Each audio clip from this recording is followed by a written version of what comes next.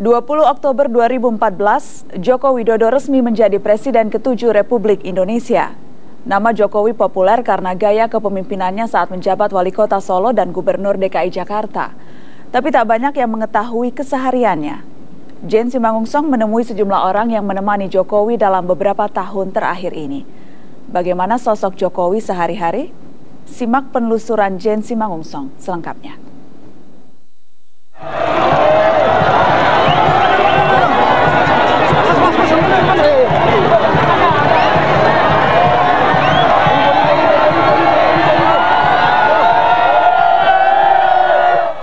Oktober 2014.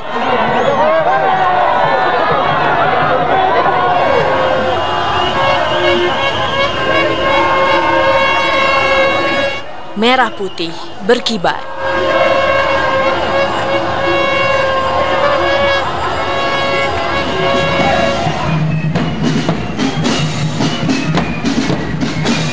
Semangat masyarakat berkobar menyambut Presiden baru Joko Widodo. Bangga, sebuah sejarah yang membanggakan lah di hidup saya gitu, pernah bekerja sama Bapak Jokowi. Ini ada tombol di sini. Oh, ada tombol biasanya untuk panggil ajudan, atau kalau ajudan lagi nggak ada kita yang masuk. Okay. Bapak butuh apa? Gitu. Anissa Faya adalah penyusun jadwal Jokowi selama menjadi Gubernur DKI Jakarta. Berarti selama ini ya, inilah orang di balik semua jadwal, bahkan termasuk jadwal belusukan juga. Jadwal belusukan enggak? Karena belusukan enggak terjadwal. Anda pun tidak tahu. Saya nggak tahu kalau itu. Cuman kalau itu nanti Bapak biasanya siang dikosongin waktunya. Okay. Pagi boleh terima tamu, rapat di kantor gitu. Lebih sering sih siang, kecuali kalau ada acara undangan di luar pagi. Oke, sekalian Bapak belusukan keluar. Tak hanya jadwal, Nisa juga yang menyampaikan semua surat untuk Jokowi. Nisa, mungkin masyarakat juga pengen tahu seberapa banyak surat yang masuk setiap hari deh, kalau bisa bingung ngitungnya. Setiap hari ya? Bisa kira-kira aja. Entah itu surat undangan, itu dari hari pertama ya. Pikir kita 100 hari pertama aja nih, sabar-sabar gitu kan. Itu banyak banget, sampai 30 lebih deh sehari itu. Sehari itu? Iya, karena yang 100 hari pertama nih kita tuh, oh ya sabar 100 hari pertama. Biasanya gubernur-gubernur sebelumnya berkurang suratnya soalnya. Ini enggak berkurang gitu. Bertambah terus gitu. Oh, Bapak selalu nanya setiap kamu mau mengajukan surat? Iya. Apa Bapak selalu nanya, ini surat apa? Iya, gitu. Surat apa, undangan dari mana, kalau misalnya ada narasumber, pesertanya berapa banyak, kayak begitu sih. Kamu yang menjelaskan. Detail acaranya tuh harus tahu sebelum masuk ke Bapak. Negara kita atau proyek kita. Di balik padatnya jadwal rapat dan belusukan, Jokowi mungkin selalu nampak bugar. Namun, bagaimanapun, ia adalah manusia biasa. Kemudian bisa lihat nggak sih Pak Jokowi itu kalau marah atau bad mood tuh seperti apa sih? Nisa pernah? Bapak kalau capek mukanya udah lesu kelihatan sih, kalau udah capek banget tuh kadang kita coba kosongin jadwal dulu. Kadang ada tamu tidak terjadwal kan, atau acaranya dimulai agak siang kayak gitu. Ya kalau capek sih kayak gitu sih. Kalau udah acara sampai malam sekali itu kan, jadi kita juga yang ngatur waktunya Bapak. Pertama kali itu saya diajak belusukan ke pasar dari Jakarta Pusat. Itu Bapak cuma bilang, pokoknya kamu ikutin saya Mas. Belusukan ke Jakarta Pusat, ke pasar, sama ke puskesmas Bapak pada saat itu. Saya ingat banget tuh, saya pertama kali. Tugasnya saya itu sebenarnya, pertama saya ngikutin Bapak. Oke, pas dalam mobil tiba-tiba Bapak bilang, Mas, ntar kalau rambut saya kan suka turun ya Mas. Kalau Bapak bilang tuh kayak Superman Bapak. Oke. Nah, Bapak bilang tolong diingetin saya. Oh iya Pak, siap. Udah, mulai dari situ selama 1,5 tahun berjalan tuh saya, selain saya mengajuni di Bapak, dampingin Bapak kemana-mana, saya juga ada tugas khusus dari Bapak, ingetin Bapak untuk bener rambutnya. Oke. Bagaimana cara Anda mengingatkannya? Ada triknya dengan memberi kode atau seperti apa Mas Ivan? Contohnya Bapak lagi wawancara, Bapak wawancara di sana ada angin, pasti kan jadi Superman Bapak tuh tiba-tiba. Rambutnya miring. Ya, saya dari jauh, Bapak tuh pasti wawancara tuh pasti selalu ngelirik ke kita. Pas Bapak ngeliat ke saya langsung gini. Oke, Bapak langsung tangan otomatis ngikutin. Ivan Sigiro adalah salah satu ajudan yang menemani Jokowi selama 2 tahun terakhir ini. Ia menceritakan perbedaan Jokowi dengan pemimpin daerah lainnya. Itulah bedanya ajudan pimpinan, ajudan kepala daerah tuh bedanya. Kepala daerah lain tuh ajudannya cuma angkat berkas, buka pintu, tutup pintu. Bedanya kita enggak, kita di situ dipaksa Bapak untuk belajar, kita dipaksa Bapak untuk tanggap sama sekitar, kita dipaksa Bapak untuk peka sama sekitar. Jadi kita nggak hanya tugas kita nggak kayak buka pintu, tutup pintu, angkat-angkat berkas, angkat telepon, enggak. Kita di situ tuh belajar, kita harus tanggap nih. Bapak tanpa suruh pun kita udah standby. Kita selalu standby itu pulpen sama buku saku. Kita catat apa yang orang minta, Bapak bilang apa, orang ngatur jadwal apa, kita catat. Itu baru nanti di rumah dinas malam kita ingetin ke Bapak, Pak mau izin nih gini. Bapak baru oh ya oke. Terus kelebihan kita juga kita ikut rapat, Bapak rapat, kita ikut rapat. Kalau ajudan lain nggak ada, Mbak. Nggak ada ya? Nggak ada. Anda diajak untuk mendengarkan. Diajak. Kita ya, Bapak tuh sistemnya gitu. Bapak nerima tamu ya kita diajak, ayo kamu catat. Bagus sih kalau saya bilang. Kita jadi belajar, kita tahu. Tadi ya saya nggak tahu apa-apa tentang DKI ya kurang lah, masih minim Mbak, baru lulus. Saya jadi tahu apa itu Jakarta, pembangunan.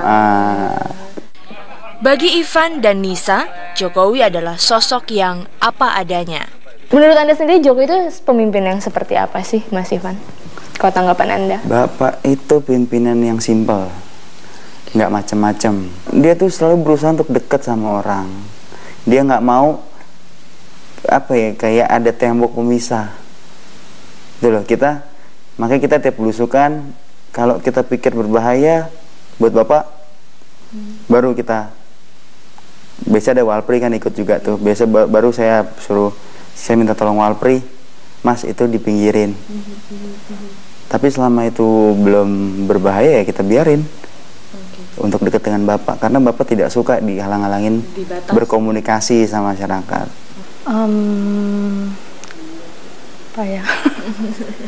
Bapak tuh orangnya low profile banget sih. Jokowi telah terbiasa hidup sederhana sejak kecil, jauh dari hiruk-pikuk kemewahan. Seperti yang diceritakan ibundanya, Suciatmi Notomi Harjo. Kan ibu di masa lalu dengan Pak Jokowi juga mengalami banyak cobaan-cobaan juga dalam kehidupan ibaratnya. Apakah itu juga karakter yang ibu bangun untuk menguatkan Pak Jokowi bahwa mau masalah apapun Pak Jokowi kayaknya udah ngalamin gitu. Iya. Tapi kalau memang sudah dulu saya sendiri sudah mengalami ya Pak Jokowi, kalau sudah merasakan pahit getir kan sudah bisa merasakan itu ya. Dan Pak Jokowi tidak pernah menyerah begitu Bu? Atau? Tidak pernah menyerah. Dia tidak pernah menyerah. Pokoknya harus maju terus. Ya itu pas jatuh, pas kerja pertama kan, baru pertama kali kerja Mbak, kan ditipu orang habis modalnya. Itu ya sudah seperti tua, lemprak sudah seperti orang putus asa. Tapi saya beri semangat terus, tidak boleh gitu, kamu harus lebih kerja keras lagi, lebih semangat lagi. Tidak ada uang jatuh dari langit, itu harus dikerja, harus dicari, harus kerja keras lagi, tidak boleh putus asa. Kerja keras menghantar Jokowi menjadi pengusaha, lalu turun ke dunia politik menjadi wali kota Solo, Gubernur DKI Jakarta, dan kini menjadi Presiden Republik Indonesia. Nah, Ibu, waktu saat Pak Jokowi masih mulai masuk dalam jabatan-jabatan kenegaraan atau pemerintahan seperti wali kota Solo misalnya, terus jadi gubernur, terus sekarang jadi presiden, Ibu ada melihat perubahan nggak ke Pak Jokowi sebagai anak? Sama sekali tidak ada perubahan. Tidak ada. Tidak ada. Masa segitu aja terus, tapi ya udah, kamu enggak pokoknya jangan berubah, udah gitu terus sampai kamu nanti jabatan apa saja harus gitu. Pokoknya biasa saja, jangan berubah, jangan mulah malih. Menjadi presiden itu tantangannya banyak, tidak hanya soal orang-orang di sekitar, tapi juga soal kekuasaan, mungkin nanti ada godaan-godaan di jabatan, uang, dan sebagainya. Ibu melihatnya bagaimana? Ya, saya sudah pesan itu, kalau yang bukan haknya, jangan kepingin, jangan, pokoknya kamu tujuannya mengabdi kepada rakyat, harus fokus, harus jujur, itu dipegang. Saya pesan dari dulu, harus jujur, tulus dan ikhlas.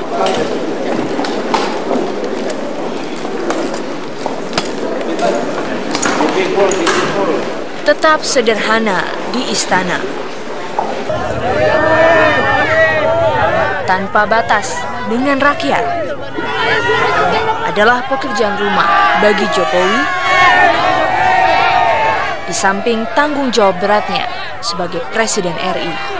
Bagaimana masyarakat kemudian menyampaikan itu ke Bapak? Kalau mungkin sekarang lebih terbuka, nanti jadi presiden mungkin protokolernya lebih sama ya, memang gitu. Lebih ketat. Ini untuk masalah keamanan ya, masyarakat juga harus tahu bahwa keamanan untuk kepala negara itu kan juga standarnya seperti itu, ada standar. Kemudian yang kedua, kalau ketemu dengan kita bisa lewat email, bisa nanti kita akan buka i-Belusukan.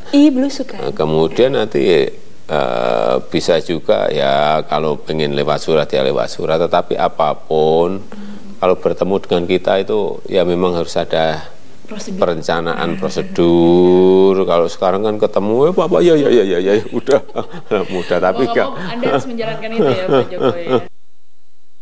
Saya yakin tugas sejarah yang maha berat ini akan bisa kita pikul bersama-sama dengan persatuan, dengan gotong royong, dan dengan kerja keras.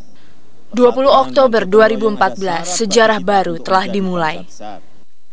Hanya di tangan pemimpin yang tetap merakyat, bangsa ini bisa bergerak. Akan jadi seperti apa Indonesia di tangan Anda, Pak Jokowi, kalau Anda bisa? Ya, nanti rakyat bisa melihat. Saya tidak mau ngomong banyak dulu. Oke, terima kasih banyak Pak Jokowi, selamat bekerja. Terima kasih. Bismillahirrahmanirrahim. Demi Allah, saya bersumpah akan memenuhi kewajiban Presiden Republik Indonesia dengan sebaik-baiknya dan seadil-adilnya, memegang teguh Undang-Undang Dasar dan menjalankan segala undang-undang dan peraturannya dengan seluruh-seluruhnya, serta berbakti kepada nusa dan bangsa. Ibu dan Bapak kan mengadopsi Haikal. Seperti apa kedekatan Ibu dengan Haikal? Ya seperti anak sendiri lah. Tapi dia tinggal di Makassar kan. Mama, Papa tuh selalu ingat kalau saya tuh ada. Tidak dibedakan? Tidak. Semoga Papa tetap sehat. Saya selalu mendoakan yang terbaik. 360 segera kembali.